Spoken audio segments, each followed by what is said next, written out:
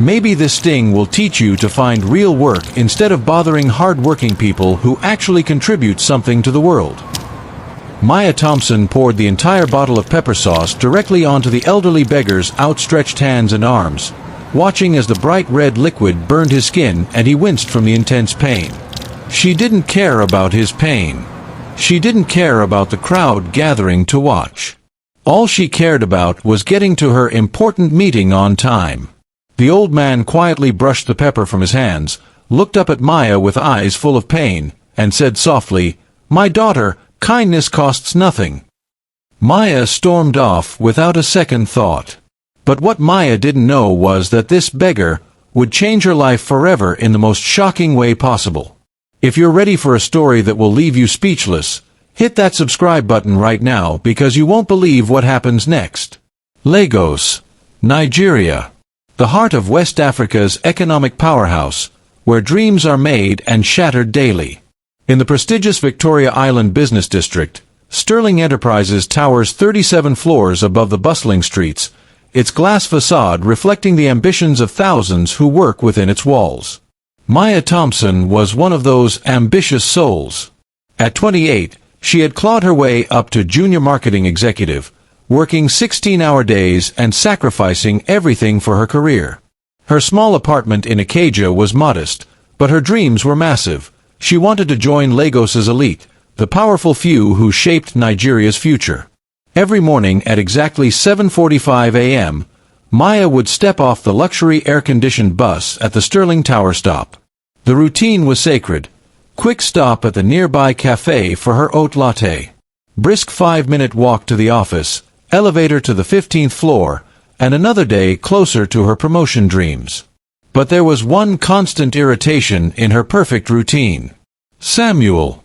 He was always there, sitting quietly on a small mat outside the Sterling Tower entrance. An elderly man, probably in his 70s, with kind eyes and weathered hands that told stories of a hard life. Unlike the aggressive beggars who sometimes crowded the area, Samuel never called out or followed people. He simply sat with a small cup, occasionally making eye contact with passers-by who might spare some change. Maya had noticed him for months, and his presence infuriated her. How could someone just sit there every day? When she brought clients to Sterling Tower, when important visitors came through, there he was, a reminder of Lagos's poverty right at their doorstep. "It makes us look unprofessional," she had complained to her colleagues. "These beggars drive away business. Can't security do something?" Her colleague David from accounting had shrugged. "He's harmless, Maya. The old man never bothers anyone." "That's not the point," Maya had snapped. "Image matters in business." 3 months earlier, Maya learned about the opportunity that would change everything. Sterling Enterprises was launching its biggest expansion yet, a continental African tech initiative worth over $50 million. They needed a new marketing director for West Africa, a position that came with a salary that would triple Maya's current income. The competition was fierce. Only 5 employees company-wide would even get interviewed. Maya threw herself into preparation like never before. She worked until midnight, crafted the perfect presentation, researched every detail of Sterling's business philosophy. This was her moment, her chance to finally break into Lagos's upper echelon. But with opportunity came pressure. And pressure, as we'll see, reveals true character. Tuesday, March 15th started like any other day, but the universe had other plans for Maya Thompson. Her presentation was scheduled for 10 a.m., the most important hour of her career. She had practiced 57 times, memorized every slide, prepared for every possible question. Victory was within reach. But Lagos had different ideas. The luxury bus broke down in Victoria Island traffic. Maya watched helplessly as precious minutes ticked away. By the time she reached Sterling Tower, it was 9:47 a.m. 13 minutes to make it upstairs, set up her presentation, and compose herself. She practically ran from the bus stop, her heels clicking frantically on the pavement, her presentation materials clutched against her chest like armor. And there he was, as always. Samuel, sitting quietly by the entrance with his small cup, watching the morning rush of corporate warriors with those understanding eyes that seemed to see everything. As Maya rushed past, something impossible happened. Samuel spoke. "Excuse me, sister." His voice was gentle, respectful. "Please, if you have anything small." Maya stopped dead in her tracks. 9 minutes until her presentation. 9 minutes until her future was decided. And this beggar had the audacity to delay her? "Are you serious right now?" The words exploded from her mouth before she could stop them. Other pedestrians turned to look. "I'm trying to get to work, and you want to slow me down for money?" Samuel's eyes showed no anger, only a quiet sadness. "I'm sorry, sister. I didn't mean to. Don't call me sister." Maya's voice rose to a level that made nearby security guards look over. "We are nothing alike. I work for my money. I contribute to society. I don't just sit here bothering people who actually matter." That's when Maya made the decision that would haunt her forever. She reached into her lunch bag, a designer leather satchel that cost more than Samuel probably saw in months, and pulled out a large bottle of pepper sauce. She had brought it to spice up her grilled chicken and rice. Without hesitation, without a moment of human compassion, Maya opened the bottle and poured the entire contents directly onto Samuel's outstretched hands and arms. Maybe this sting will teach you to find real work instead of bothering hard-working people who actually contribute something to the world. The pepper immediately began to burn Samuel's weathered skin. He could have screamed. He could have cursed her. He could have called for help or demanded justice. Instead, Samuel quietly brushed the pepper from his hands, looked up at Maya with eyes full of pain, not from the pepper, but from something much deeper, and said softly, "My daughter, kindness costs nothing." Maya stared at him for 1 second, one moment where she might have realized what she had done, might have apologized, might have shown an ounce of human decency. Instead, she checked her watch. 7 minutes. Save your philosophy for someone who cares. She snapped, and stormed into Sterling Tower, leaving Samuel to tend to his burning hands alone. Comment below right now, what would you have done in Maya's situation? And don't forget to hit that like button because this story is just getting started. Maya's presentation was flawless. Every slide perfect, every statistic memorized, every question answered with precision. She had poured months of preparation into this moment, and it showed. The senior executives nodded approvingly. Her direct supervisor, Mrs. Adebayo, smiled encouragingly. Even the notoriously tough regional director seemed impressed. "Excellent work, Maya," Mrs. Adebayo said as Maya packed up her materials.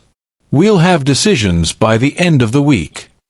Maya walked back to her desk floating on clouds. The morning's incident was already forgotten, buried beneath the euphoria of professional triumph. She had nailed it. The promotion was hers. At 3:30 p.m., her phone rang.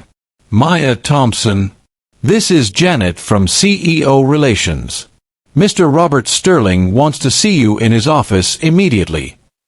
Maya's heart nearly stopped. Robert Sterling, the founder and CEO of Sterling Enterprises. The billionaire who rarely spoke to anyone below executive level. Why would he want to see her? Unless, could he have been watching her presentation? Had he been so impressed that he wanted to personally congratulate her? Maybe even offer her something bigger than marketing director?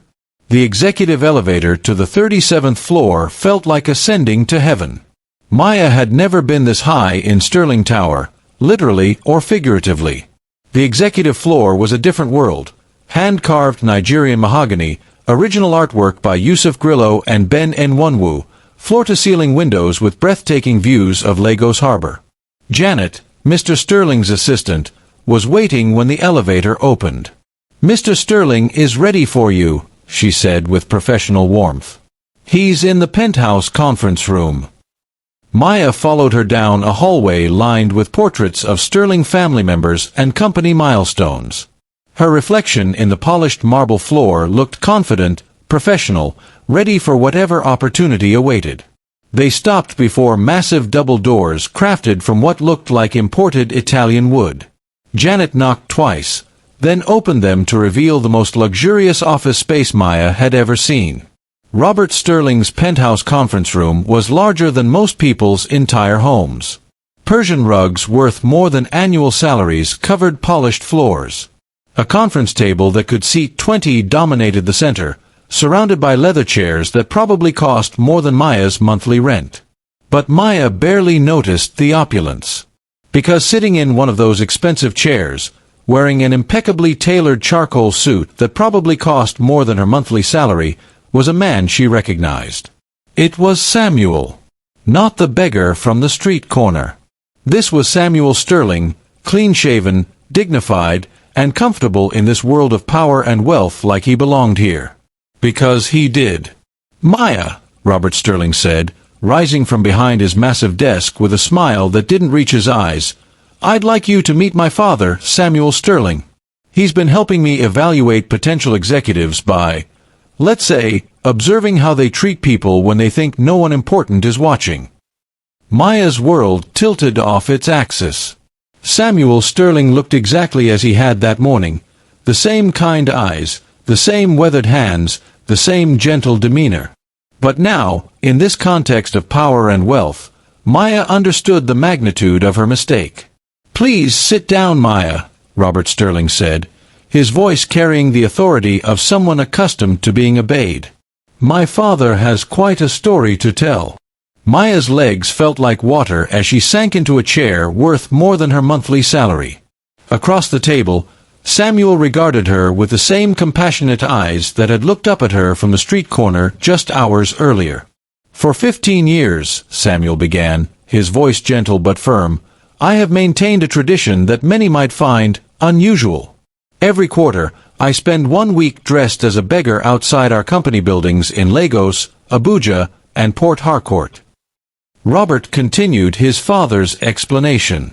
"You see, Maya, we've learned that how someone treats a person they perceive as powerless reveals their truest nature. And true nature determines everything in leadership." Maya tried to speak, to explain, to defend herself, but Samuel raised a hand gently. "Let me tell you what I've observed these past months," he said, pulling out a small leather notebook. "David from accounting, every Tuesday, he brings me half of his breakfast. Never makes a show of it, just quietly shares what he has. Grace from HR stops to ask about my health, always addresses me with respect. James from IT brought me a warm blanket during the rainy season." Maya's heart sank as she realized where this was leading. "And then there's you, Maya Thompson," Samuel continued, his voice still gentle despite everything. 3 months of observations. Not once did you acknowledge my humanity. Not once did you show even basic courtesy. And this morning—" He held up his hands. They were still slightly red from the pepper. "This morning, you decided that a human being asking for help deserved to be burned and humiliated." Robert Sterling stepped forward, his expression colder than Lagos harmattan wind. "Maya, let me explain something about our family values. Sterling Enterprises was built on the principle that how we treat the least powerful among us defines who we truly are. Every executive, every manager, every team leader in this company has passed what we call the compassion test." Maya finally found her voice. "Mr. Sterling, I was under tremendous pressure this morning. I had my presentation, I was running late." "Pressure," Samuel interrupted gently, "reveals character, it doesn't change it. In my 73 years on this earth, I have learned that how someone treats others when they're stressed tells you everything you need to know about their heart." Robert opened a folder on his desk. "The promotion you interviewed for this morning, marketing director for West Africa, requires leading a team of 47 people across 6 countries. These people will face pressure, deadlines, stress, and challenges every single day." He looked directly at Maya. "If you would pour pepper on an elderly man asking for help because you were running late, how would you treat your subordinates during a crisis? How would you handle a team member going through personal difficulties? How would you represent our company values when no one is watching?" The questions hung in the air like thunderclouds over Lagos. "But sir," Maya pleaded, "I'm excellent at my job. My performance reviews are outstanding. My presentation today was perfect." "Competence without character," Samuel said softly, "is not leadership. It's just skilled manipulation." Robert Sterling returned to his chair, the movement carrying the finality of a gavel. "Maya Thompson, after careful consideration of your actions and character assessment, Sterling Enterprises has decided to terminate your employment, effective immediately." The words hit Maya like a physical blow. Her dream job, her career trajectory, her entire future, gone. "The marketing director position," Robert continued, "will be offered to Grace Akoli from HR. Not only has she shown consistent kindness to my father during his observations, but our research shows she organized voluntary food distributions for street vendors and the homeless in this district during her lunch breaks. That is the kind of leader we need." Maya tried one last desperate appeal. "Please, Mr. Sterling. I can change. I can do better. I was having a bad day. A bad day."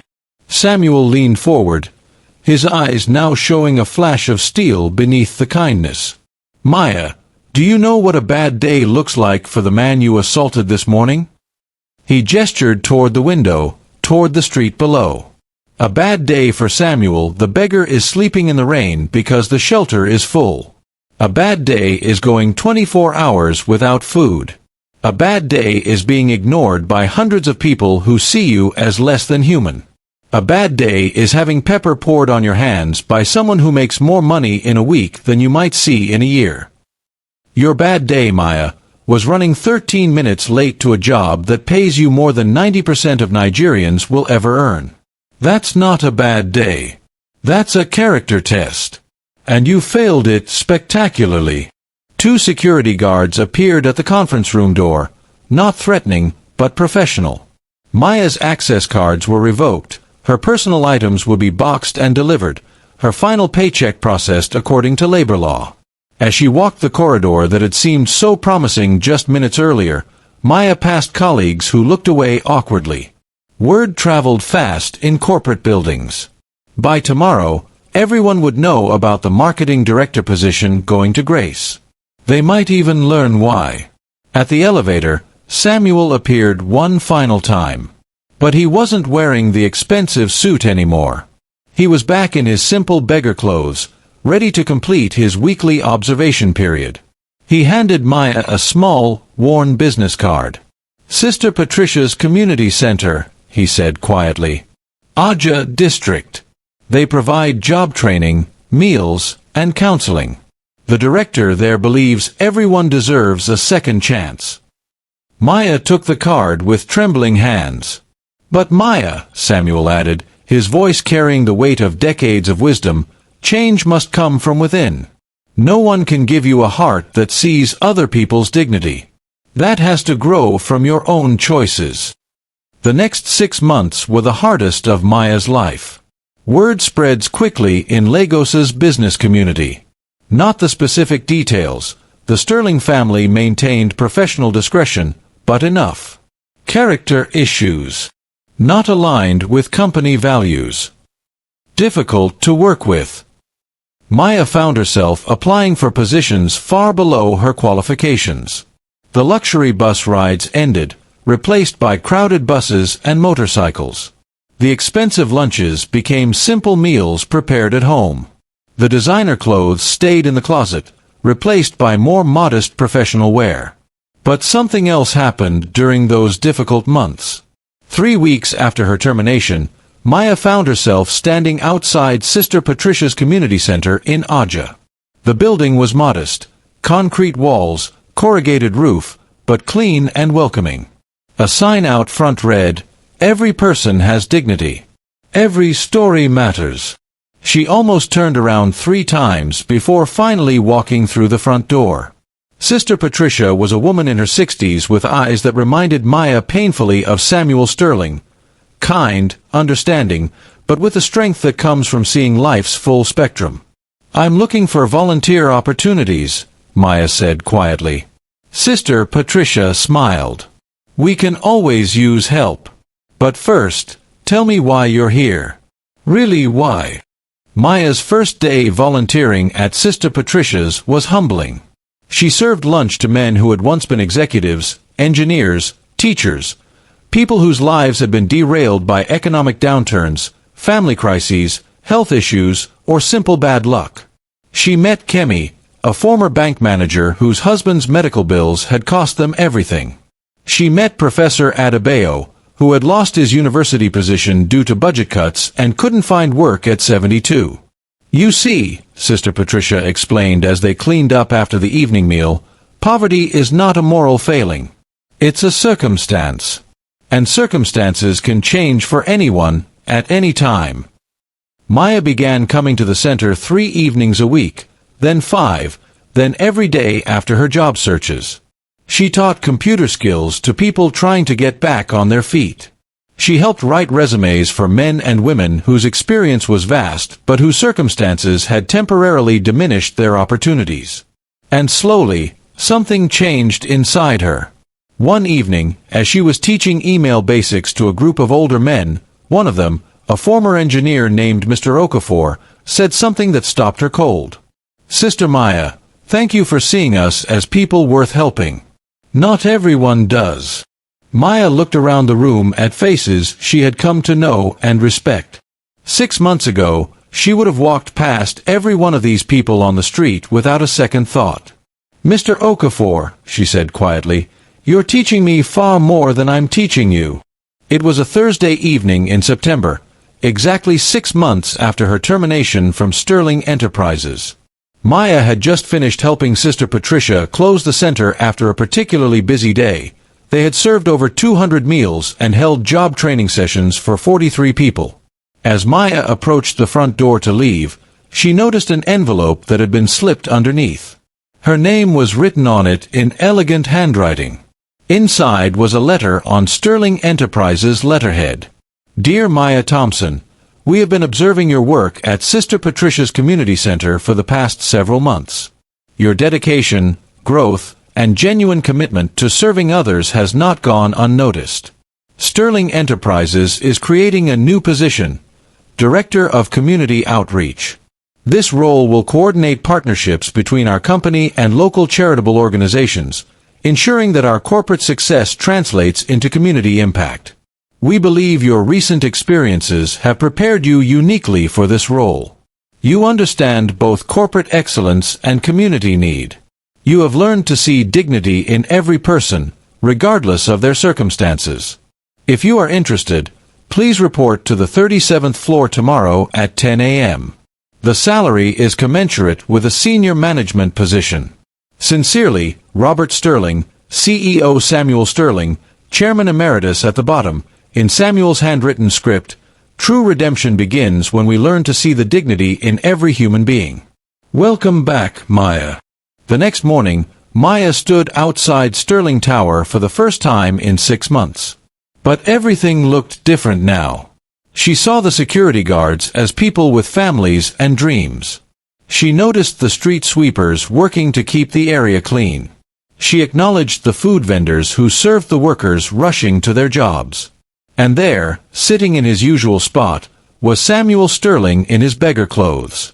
Their eyes met, and he smiled, not with triumph, but with genuine warmth. "Good morning, Maya," he said softly. Maya approached him, knelt down to his level, and said, "Good morning, Mr. Sterling. How are you today?" "Better now," he replied. "Would you like to walk up together?" The 37th floor looked the same, but Maya's relationship to it had completely changed. She wasn't climbing toward power. She was ascending toward responsibility. Robert Sterling met them at the elevator, and for the first time since Maya had known of his existence, he smiled genuinely at her. "Maya, welcome back to Sterling Enterprises. But more importantly, welcome to understanding what leadership really means. Over the next hour, Robert and Samuel outlined her new role. Director of Community Outreach would coordinate Sterling's charitable giving, establish partnerships with organizations like Sister Patricia's, and ensure that the company's success created opportunities for Lagos's most vulnerable residents. But understand, Samuel said as the meeting concluded, this isn't charity work. This is essential business. A company that doesn't invest in its community is building on sand. And in Lagos, we know what happens to structures built on unstable foundations. 1 year later, Maya Thompson stood before Sterling Tower again, but this time she was leading a group of 25 formerly homeless individuals to a job fair inside the building. Through her community outreach program, Sterling Enterprises had partnered with 12 local organizations, created over 200 jobs for people transitioning out of difficult circumstances, and established a fund that provided emergency assistance to employees facing personal crises. Grace Akoli, now marketing director for West Africa, approached Maya in the lobby. The board meeting went brilliantly, Grace said with a smile. They approved full funding for your housing partnership program.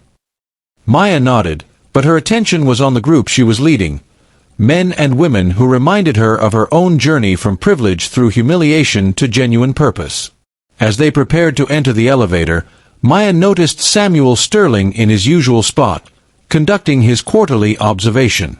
A young executive was approaching him, and Maya watched carefully. The executive stopped, smiled genuinely, and handed Samuel a cup of coffee.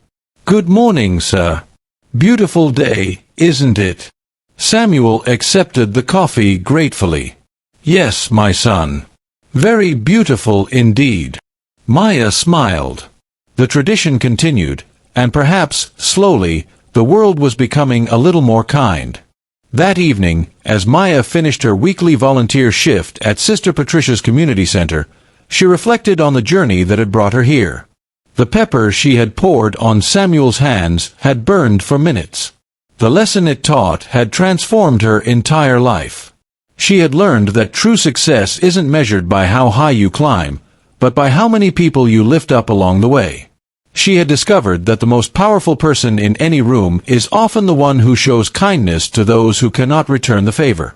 And most importantly, she had realized that every person, regardless of their circumstances, carries within them a story worth respecting, dreams worth honoring, and dignity worth protecting. Samuel Sterling's weekly tradition continued, and Sterling Enterprises continued to grow, not just in profits, but in purpose. Because they had learned that the strongest companies, like the strongest people, are those who understand that true wealth comes from lifting others up. The pepper had burned for minutes. The lesson would last forever. Did this story change how you see the people around you? Share your thoughts in the comments below. I read every single one.